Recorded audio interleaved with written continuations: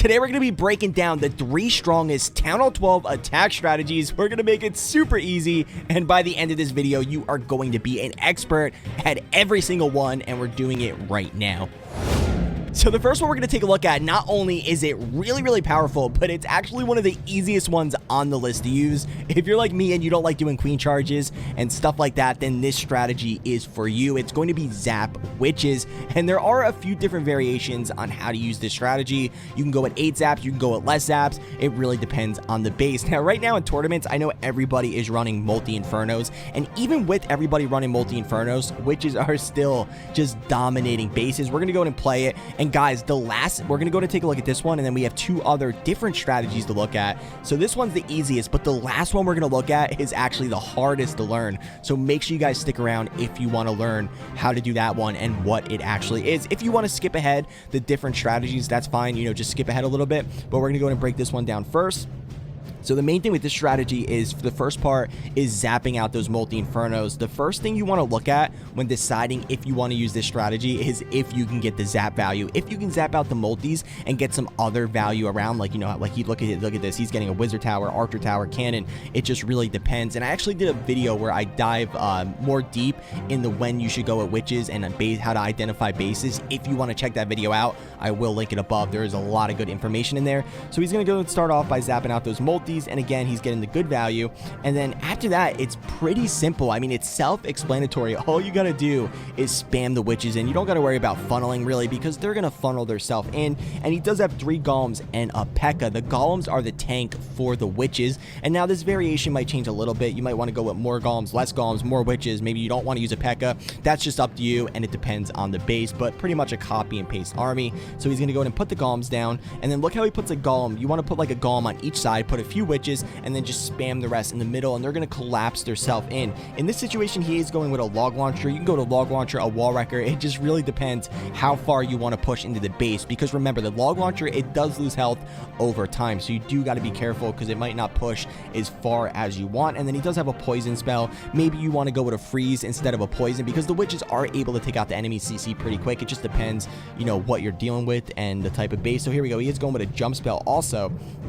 So he's going to use that jump spell to jump the witches right into the core, because you want to get down that multi-inferno as soon as possible, because that's really what you have to worry about with this attack strategy is the splash damage defenses, because they will kill your skeletons. The witches spawn really quick, and you want those witches to spawn as many skeletons as possible, because then they're going to tank the single damage buildings like cannons and stuff like that, if that makes sense. And he is ending on the town hall here, so he's going a little bit risky, but in these tournament wars, you're going for a triple or nothing. If you're not in a tournament war and it's like a one-hit format and you want to play it a little bit more safe, then you can go right into the town hall. You might want to battle blimp the town hall. It really depends on the situation, but in this one, it was a 2-hit tournament, so they're going all or nothing here. So he still has the queen ability. I mean, look at this, guys. He still has a lot of witches left here. That queen ability will be able to deal with the town hall. He still has an ice golem over here, you know, ice golem. Look at that. Ice golem is the real goat of this attack, let's be honest, right, guys? Just over there, you know, slowly but surely getting down that bomb tower. He's gonna end up freezing up. Let's see the witches and stuff. The town hall is a little bit annoying here because it is like roasting those skeletons one by one, but look at this. We got a few witches over here on the left side trying to sneak their way in to get that town hall down, but I don't think that's gonna work. But it doesn't matter because he has so many troops left, and the wall is open over here, so the queen's gonna be able to sneak her way in. Town hall is gonna go down with the queen ability, and there we go. This one's looking really nice, like a triple. Make sure you guys comment down below. Remember, this is my opinion on the top 3 strategies. You guys might not agree with me, and that's perfectly fine, but these are the ones that I think are the strongest. We're gonna go and finish this one out, and then we're gonna go and get into the number 2 strongest attack strategy at Town Hall 12. Let those skeletons finish out that storage. Another thing, be careful with time fails, because usually you have enough time to get like through the base. You got to worry about time fails. All right, guys, let's get into the next one. So the next strategy I'm going to be putting on this list is going to be hybrid. Hybrid is still really powerful. By now you should kind of know how to use it, but if not, we're going to break it down. It's a little bit easier to use than witches, but it's a little bit harder because you have to go with the queen charge. Now we're going to try to break it down into phases so we can make it as simple as we can. So phase 1 of this attack is going to be with the queen charge, and now you're looking for some things you want to do with the queen charge. The first thing is you want to make sure you're going to get the pathing for the hybrid. For hybrid, you want a narrow or L-shaped path. Also with the queen charge, you want to try to get down some key buildings. Now, if you can go for the town hall and you can get down some other value and the pathing, you know, go for the town hall, but you don't always have to go for the town hall. In this situation, he's not going for the town hall. He's going to go for something else. And also, you want to make sure you get down that enemy CC, because otherwise it's going to be a big issue for your hybrid. Now, if you're not going right into the town hall, make sure you have a plan. In this situation, he's going to end up going hybrid straight in, so that means he can go with the siege barracks on the other side of the funnel. But if you have to, and you're not going to hybrid into the town hall, your queen charge isn't going to get it down, maybe you can use a battle blimp to take out the town hall, and it just really depends on the situation. We do have super minions coming out of the CC. You got to be really careful with those super minions. They are really sneaky, and they can end up really destroying your queen charge if you don't know how to deal with them. So, you know, use the poison. If you have to use a free spell, that's fine. Invest a free spell. It's definitely worth it to keep your queen alive. You want to keep your queen alive any means necessary as long as possible. So here we go. We got the siege barracks around 6 o'clock. That's going to go ahead and funnel out this side. So we had the queen and king funnel out around 10 o'clock, and then the siege barracks is going to funnel out around 6, and then we're going to have the hybrid going straight in to take out that town hall. It's nice to deal with the town hall as early as possible. You definitely don't want a situation where your hybrid has to end on the town hall, because that's just not good. He's going to go ahead and pop the warden ability. Make sure you time that warden ability perfect so your troops can survive through that Giga Blast. And also another little tip for you guys,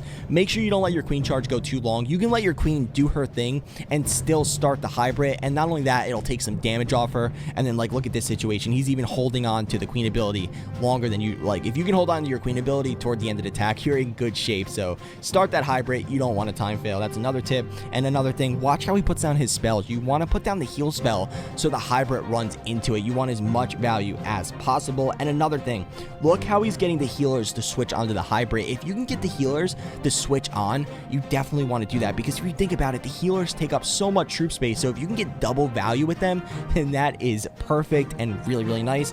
At this point, he only has a little section left of the base, and hybrid is just going to destroy it. Right after this one, we're going to be taking a look at the only air attack strategy on this list, and if you can master this strategy, I promise you guys, you are going to be good to go. You are going to be a great attacker, so make sure you stick around.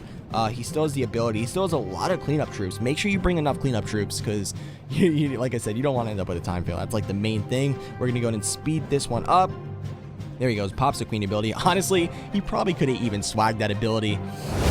Alright, so last but definitely not least, we're going to go and take a look at Queen Charge Lalo. And of course, Lalo has been a staple in Clash of Clans for a very long time, and I don't see it going anywhere. So this is an attack strategy you definitely want to learn. Now, I've done plenty of other videos where I completely break down Lalo. There's plenty of different variations, so if you can learn one, you have so many options. And not only that, but you'll be able to show off, because everybody loves watching a really good Lalo attack. So this one's going to be Queen Charge Lalo. Now, Queen Charge Lalo in specific, you need to have a lot of value with the queen charge to make it worth it, because think about how much troop space you're taking up with the healer. So if you're going to use all that troop space, it better be worth it. You better be getting a lot of value with the queen charge. Now, this is probably the hardest variation, if I'm honest. Sui Lalo is probably a little bit easier to start with, in my opinion anyway.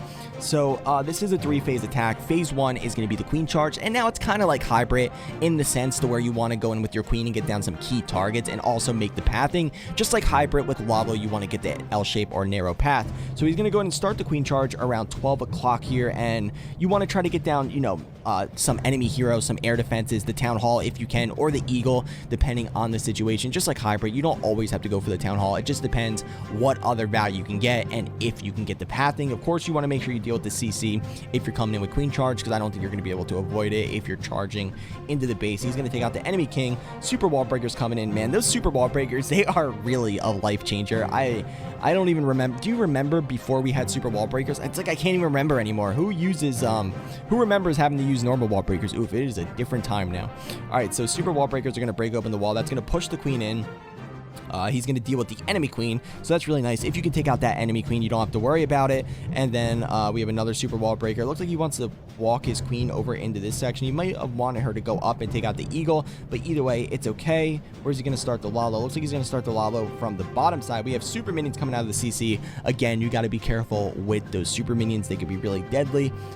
He is running all multi-infernos. Of course, again, everybody's running all multis right now. And then he is going with the stone slammer. Sometimes if you don't get down the enemy queen, you can put a dragon inside the stone slammer, and then that'll be able to deal with the enemy heroes. That's usually what most people use when coming in with this variation of Lalo. They put a dragon and loons in the stone slammer or battle blimp. Sometimes you might have to battle blimp the town hall. It just depends on the situation. If you're not going to get the town hall down with the queen charge or with the Lalo, you might want to use the battle blimp into the town hall. But in this situation, he's going to Lalo straight in. Remember, you do have to get over that 50% mark to make sure the town hall gets activated. Otherwise, your Lalo is just going to fly right by it. He does find the tornado trap, which is a little bit annoying. You got to be careful. In this situation, he got down the enemy queen, so he ended up putting all loons in his stone slammer. Those max loons are going to go ahead and meet up with his loons. They're going to start one-shotting defenses. Now, the main thing is also you got to learn how to put down your Lalo. You don't just spam it in. You got to put it down strategically so they take out the outer buildings and then they come together. And also, look how he puts down the haste spell.